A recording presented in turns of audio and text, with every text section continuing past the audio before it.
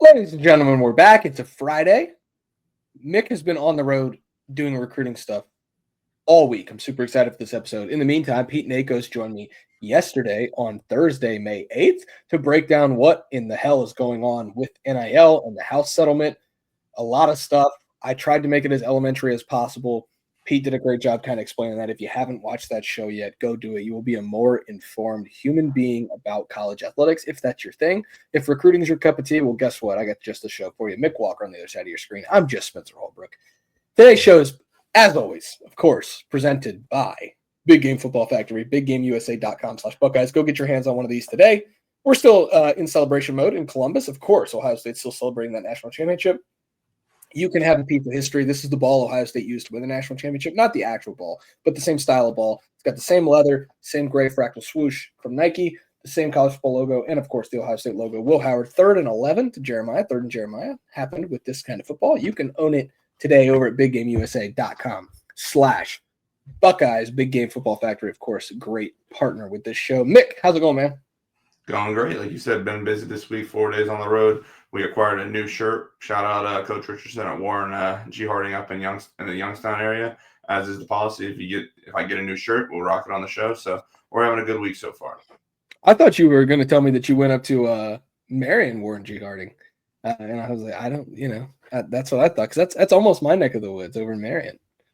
No, we are looking at maybe a trip up into Northeast Ohio or Northwest Ohio next week. So we'll keep you posted on that one, Spencer. We'll figure out we'll plan a trip up there.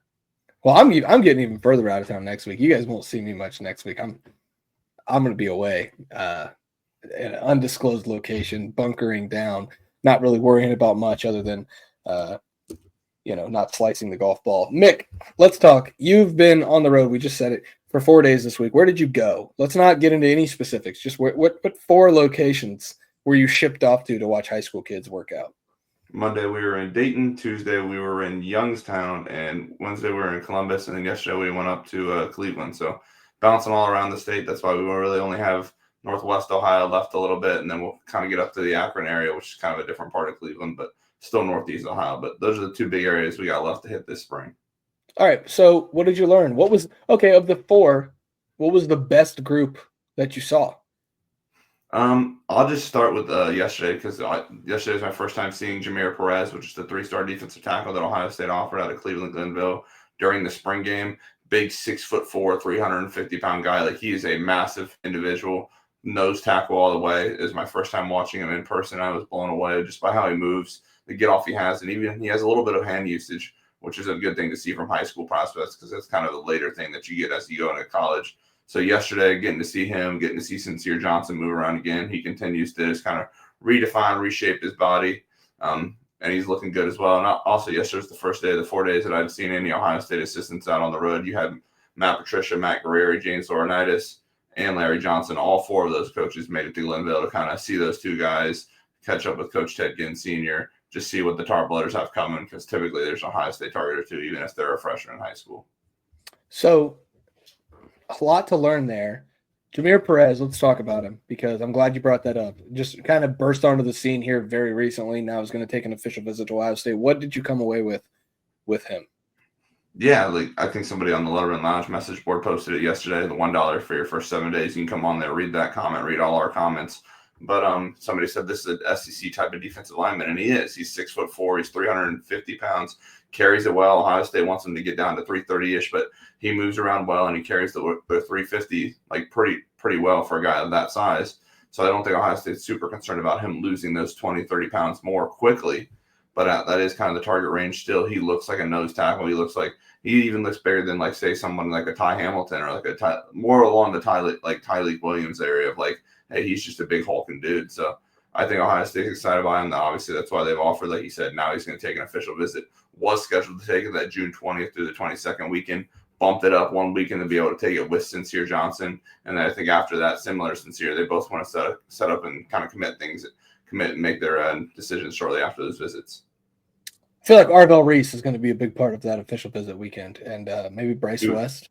He was there as well yesterday. Arvell was just up there hanging out in Cleveland, helping, watching his young guys, making Coach Sincere up on some stuff, catching up with Matt Patricia, talking to James Laurinaitis, all those guys. Got to spend some time with Arvell Reese just because he was back home in Cleveland. Were you intimidated because you saw Arvell? I asked him, I said, "Are you going to win the Buckeyes?" He goes, "That's the plan." So that was a quick conversation for us. Wow. Okay. Well, there you heard it here, folks. You heard it here first, folks. Mick Walker of Lettermen Row believes Arvell Reese will win the Buckeyes Award in his first year as a starter for Ohio State. That is a bold proclamation. We'll see if Mick can get any bolder as we get closer to the season. Mick, let's talk about your journeys through Columbus. What's the talent like right now in the city? Because we're both near the city, and there's some good players around the area. As far as Ohio State is concerned, what did you see that you like? What did you see that maybe Ohio State could like? And what did you see that maybe Ohio State could start to poke around at, even if it's not exactly a interest yet? Yeah, a lot of the Central Ohio guys from ancillary schools or schools that I didn't see this week were, whether that's Pickerington North or some of these other schools that are traditional powers. Saw a lot of those at the Under Armour camp a couple weeks ago, so I didn't make too many far trips around Columbus. The two stops were to Olentangy Lewis Center, which is home to Ohio State four-star linebacker commit CJ Sana. And then later that afternoon, went down the road to Delaware Hayes. Saw four-star running back Faber Akey, who was really the big target, despite all the times I've seen him visit Ohio State or even just kind of walking around and talk to them at the school. I had never seen him move or work out. So Tuesday or Wednesday was my first time seeing him kind of run routes, do some things, catch the ball, just do different drills. They've already adopted some drills that Carlos Laughlin does with Ohio State running backs there at Hayes, which I think Faber likes him. The running backs coach likes him. And obviously, for Carlos Laughlin's sake, whenever you see clips or videos, it makes it easier for you to evaluate because you know what you're looking for. But I was impressed by Faber. I think the talent level overall in Ohio and the Central Ohio area continues to kind of be high level, but it's just spread out across a handful of different schools with the 4 different Dublin schools or the 4 different, like, it's hard to have a big talented team of guys. Pickerington North's probably the one that has that, but still overall good talent. And I was impressed by Faber Akey when I saw him for the first time kind of moving around. So a lot of people are asking, hey, Mick, what's Faber waiting for? So I'll ask, hey, Mick, what's Faber Akey waiting for? It seems like a perfect match here. It seems like he likes Carlos Laughlin. It seems like Carlos Laughlin likes him. It seems like he likes Ohio State. It seems like Ohio State likes him. Well, you know, there's a lot of stuff that goes into recruiting, but what are we doing here, Mick? I feel like this thing should be done and dusted, and we can move on to either the Carson Baker or Derek Cooper sweepstakes or even Savion Hyder. Like, you know, what are we doing here? Yeah, he's got his official visit scheduled. I think he wants to take that, and then maybe shortly thereafter. He's also pretty busy with track season right now.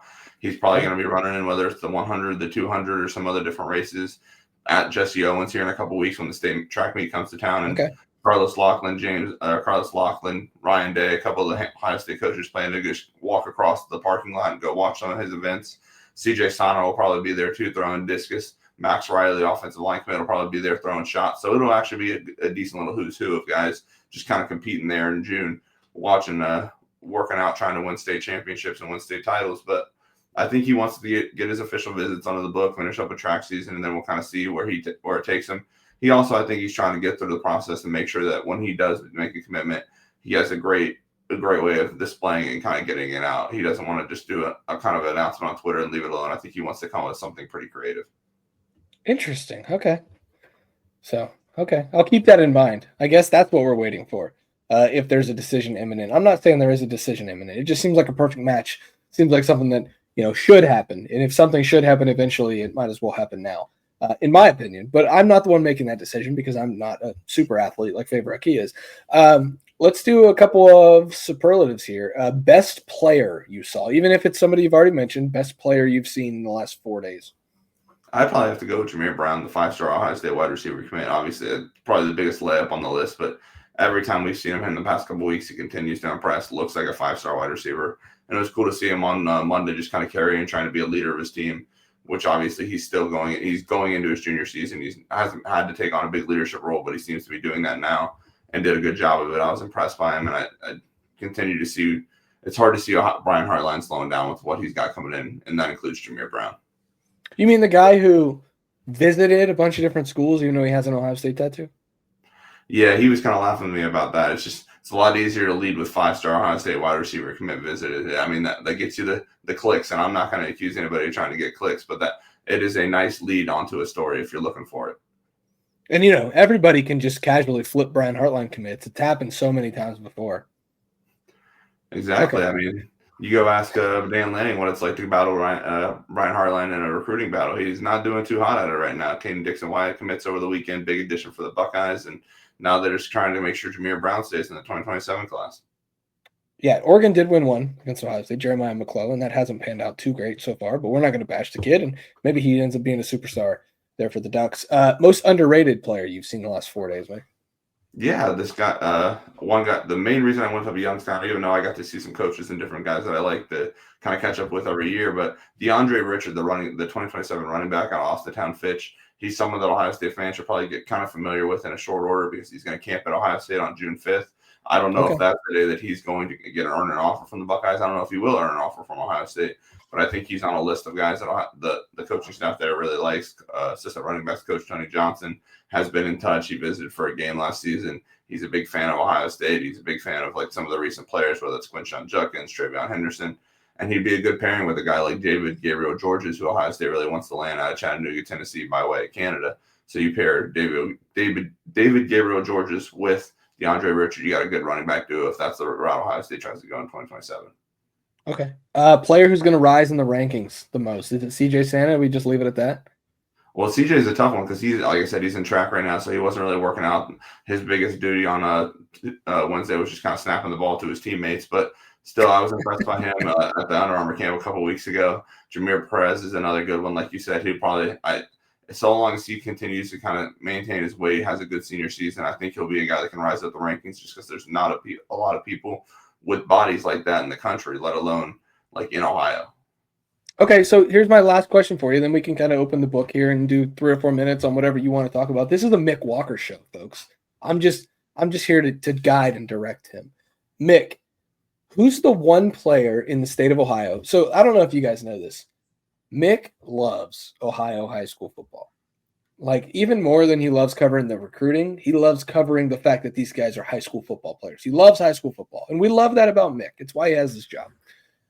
Who's the one player in the state of Ohio that you have not seen that you would like to see it for your own eyes? Oh, that's a good one. Like I said, the trip that I really am trying to make still is get up to Northwest Ohio, kind of see some guys in the Toledo area. Toledo St. Francis has a defensive tackle in the 26 class, Jermaine Polk. That I'm pretty interested in seeing. I don't know if he's an Ohio State guy. He visited the Spring Hood camp this summer, but he's someone I'm interested in seeing.